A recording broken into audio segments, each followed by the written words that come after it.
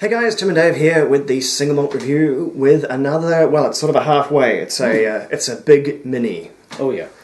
We are looking today at Highland Park 12, also known as a Viking Honour. This one features in the Drinks by the Dram Island Whisky tasting set. However, at the same time, by failing to notice it was there, I also bought the standard issue. It's a delicious double up here. So we'll go with the better presented bottle here, the one from Highland Park themselves. And they're certainly leaning heavily into their Viking heritage, a stunningly recreated urns or mammon-style knotwork animal there. And I think a record for most times the word Viking has been used in the paragraph. Goody. Oh, poor, you can't. Yes. Okay, this is the 12-year-old Viking Honour. Viking Honour is the heart and soul of Highland Park. It reflects the unique culture of our remote island home on Orkney, part of Scotland, but now originally belonging to a vast Viking kingdom. Here at Highland Park, we honour the proud spirit of our Viking ancestors and continue to distill our award-winning whisky to the same exacting standards. Introduced in 1798 by our founder, Magnus Oinsson, a direct descendant of those early Viking settlers. The result is an intensely balanced single malt whisky, a perfect harmony of aromatic smoky peat and the flavours of heather, honey, and a rich fruitcake. Smooth, full and rounded, it's a whisky that truly stands apart. The Orkney single malt with Viking soul. Well, there we go. 5. I think I counted just about 5. Many. Well, I want us to know. You were counting along back at home. So yes, lots of delicious Viking flavours in this one. And a long heritage too, 1798, a good way back, of course.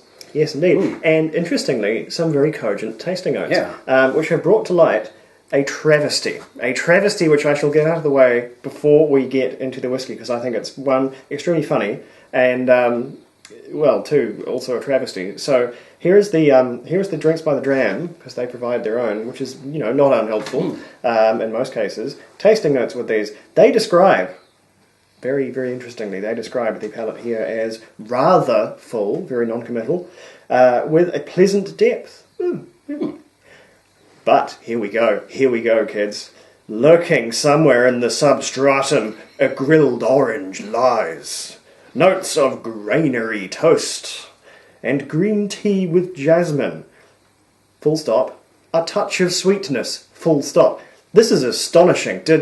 This reads like an Alex Kurtzman script. This is appalling. And this is also completely opposite to the Highland Park tasting notes. I don't know what is going on here, but it shows you the fallibility of tasting notes that have just come out of someone's sheer subjectivity of come out of someone's brain, or indeed a different orifice. I don't know. Anyway, rant over. We'll get into the whiskey now. I do want to meet the person who decided to grill an orange to find out what it tastes like. Well, as long as you get it.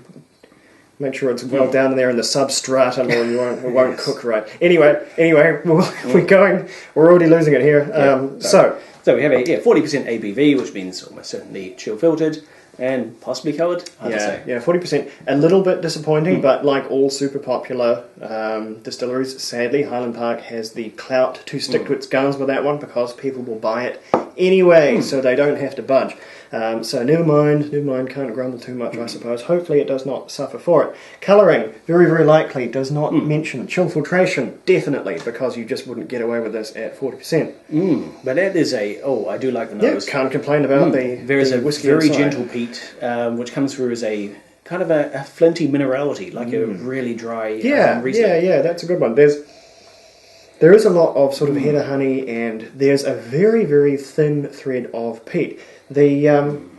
I'm not sure what the ppm classification would be, probably sub 5 if I were to guess, but Highland Park is not an unpeated whisky, although it doesn't really make much of a song and dance about it. If you follow Highland Park along in the single casks, and it turns up, more often than not, it doesn't quite do the traffic that, say, Bunnahabhain does at single casks, but it does show up more often than not. And once in a while you will find a cask that is full of their peated malt.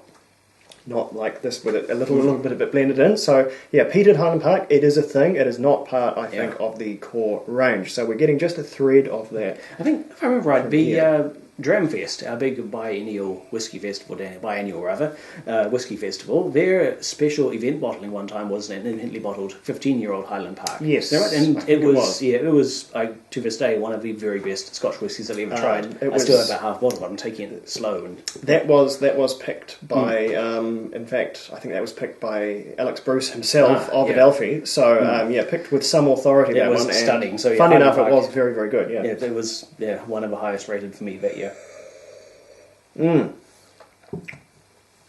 So what's in the substratum for us? There's it. That peat is quite generous. It's not a strongly peaty whiskey, but generous. I think that minerality Smoke, is nice kind of the minerals. soul of this whiskey. It is a flinty. It is a little bit coaly. Yes. And I'm not sure what the peat, where their peated malt comes from, whether they just inherit it off Islay or whether there is a more of an Orkney flavour that they give their peated malt. I'm not sure, but it certainly has. I'm not getting the grilled orange. What I am getting is some grilled peppers, a capsicum or chilli that's been on the barbecue, and a hint of orange oil too. There's a citrus oil in there. It's pretty slight. This is a much drier whiskey than I thought it was going to be. Yeah, I was expecting something I thought I had a juicier memory, too. a profile of Highland Park, and it was a much sweeter kind of whiskey. Although that honey is growing on me over time, there's more of it coming through, and a little bit of fruit. I'm going to put just the most microscopic amount of water in here. Now, there is a lot going on here under the surface. It takes a while for those flavours to come through, but it's a good slow burn. I would almost say this is quite an austere whiskey. This is certainly not a sort of rich or bombastic or... it's not a sweet whiskey by any means, and that water really has brought the peat out. I wonder if the water has brought out the sweetness for me. I added just a few drops, and now I've got in much more of that honey. There's a little bit of a syrupy character, some sweet florals. That's quite compelling. They don't... Whiskey of this ilk is not particularly common because it's very, very far astray of the sort of international standard of what Scotch whiskey is, which is that sort of Glenfiddich, Glenlivet kind of that Speyside rich, sweet honey flavour. Bombastically peated. Or Madman Peat or Madman Sherry, I guess Here is the other two camps. Subtle and I think carefully balanced combination of the two styles. I really kind of like this. This is not what I was expecting, but it's kind of a good surprise. Yeah. This is it's a really quite an austere, quite a regarded whiskey. It's a whiskey that just sort of sits quietly and watches you from across the room like a suspicious cat. And rather than sort of jumping up in your face like a friendlier whiskey might. Yeah. And because of that restrained 40% ABV, it means it's not an overwhelming barrage of flavours to it. It means it got a subtleness, a gentility to it, so it just slowly releases those flavours one after the other. It's like a slow, steady succession instead of a cavalcade. Not sure I can taste the Vikings, but it's got plenty going on regardless. These whiskies are difficult for me to score because they are intrinsically cerebral whiskies and they reward thinking about them as you're tasting them. They're not there with an easy sort of reward of sweetness or fruitiness or things that our palates are intrinsically tuned to enjoy, just as animals that are evolved to eat foods. This one you have to taste with the mind to a certain extent, which makes it more difficult. But the mind enjoys it. I think this could be. I think this is comfortably 90 points. This is a whiskey that is growing on me, and I think will continue to grow on me. Had I say a bottle of this cooking somewhere, then I think I would.